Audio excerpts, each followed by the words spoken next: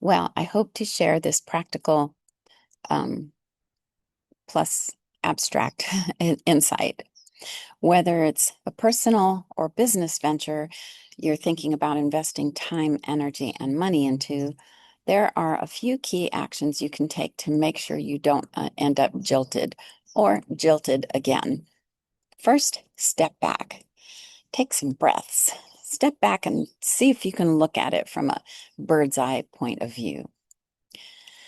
Take a walk or a nap.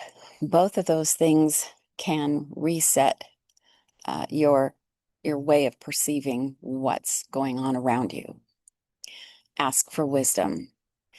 I ask God because that's who I have a relationship with, the supreme being I am connected to. But ask for wisdom.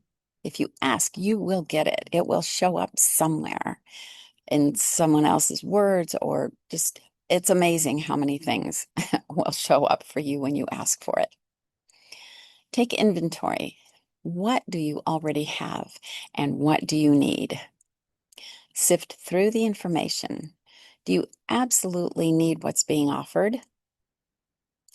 Sometimes it's just one tiny little piece that you need and you don't need the whole thing. Look for reviews or testimonials and read as many as possible, since several may not be authentic. And we have seen this over and over again, that a lot of things are not authentic, especially when somebody's trying to sell you on something. So trust it. If you find that you're really just looking for community, then make that your mission. Sometimes we just need our people, and it's important to find your people, those you resonate with, the ones who are going in the same direction and reaching for the steps to rise above where they are right now. So, sorry, if you have been reading my blog for a while or listening to my channel, you may have read a post from 2020 called When the Shift Hits the Fan. You can go back and read it or listen to it now, or, sorry, got real distracted because I really think I'm a little funny in it while explaining what it looked like at the time and how I sort of caused my own shift to hit the fan. On the other hand, I can tell you it's not hard to see that you do play a part in creating what comes next, or even what comes after a couple of steps. You have power in this, and you need to understand it and use it correctly for yourself and the people around you. Although learning more about it has helped me understand more about how appropriate prayer works, because we don't always pray correctly. And I'll get to that in just a minute. So it looks like I do have some explaining to do. Here's the prayer connection and what appropriate prayer is. Life keeps moving. You need to keep moving in one way or another, so you may as well use your personal responsibility to make better choices. I believe that God has your roadmap, and prayer is your communication with Him. In that communication, we are told that when we ask with faith, that issue will be resolved. Not just a little faith, but complete faith, without any doubt that the solution is already there. Therefore, being in alignment with the roadmap of your life, the master plan, makes it easier to move forward, taking the right fork in the road, the right path, either more or less traveled. Though through your spirit, you can learn to come into alignment with God's spirit, which is yours is an image of, a reflection of everything you do to live excellently and fulfill your purpose on this earth. Now you have at least an idea of appropriate prayer and spirit with Holy Spirit alignment. It's all in your hands. It is. You already have everything you need in your spirit to live a good and godly life, holy life. There's a small catch. Usually when people pray, They have an idea of how they want things to go or turn out, and they pray that as an answer to how it should be resolved. This is when God is probably thinking and laughing, oh, how cute. They think they know better, yet they're asking me to take care of it. Seriously, if you're an expert in your field and someone asks you to do something for them, do you think they will have better suggestions than what you already know is the best way? Of course not.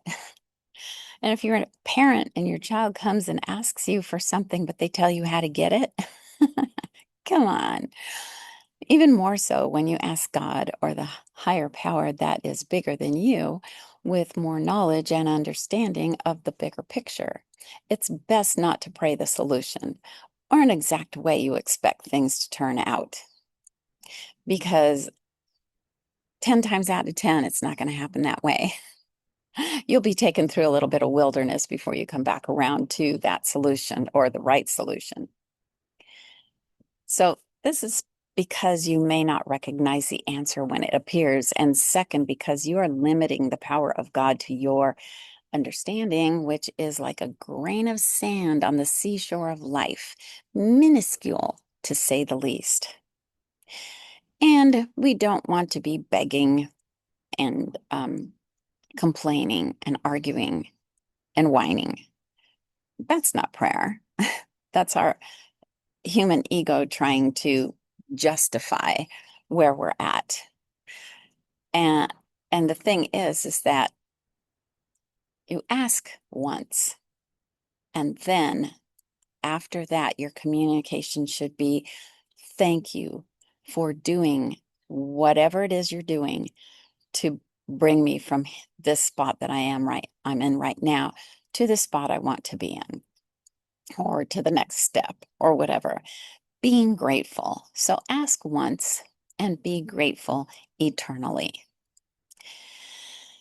Okay, so I'm sure I've learned this lesson a couple of times in different ways, but the more often the answer sticks in my mind, the better it gets. Each lesson that teaches you helps you build a stronger foundation for the next time a wave ebbs or flows around you. You begin peeling the layers more easily, with more resolve, knowing who you are authentically, what you need, and how you can humbly move forward with confidence in your purpose. I can assuredly share this with you since I have learned a lesson from standing strong in the face of shiny objects that usually don't work well. I have put myself through my coaching each and every time before directing anyone else. I have learned that we all have separate journeys to learn the same basic lessons, and I cannot be arrogant when I find a gem that shines, but I can use it to light the way for others. Okay, that's it for now, and I just want to say thank you so much for listening. I appreciate you so much, and until next time, live excellently, give generously, and love lavishly. Ciao.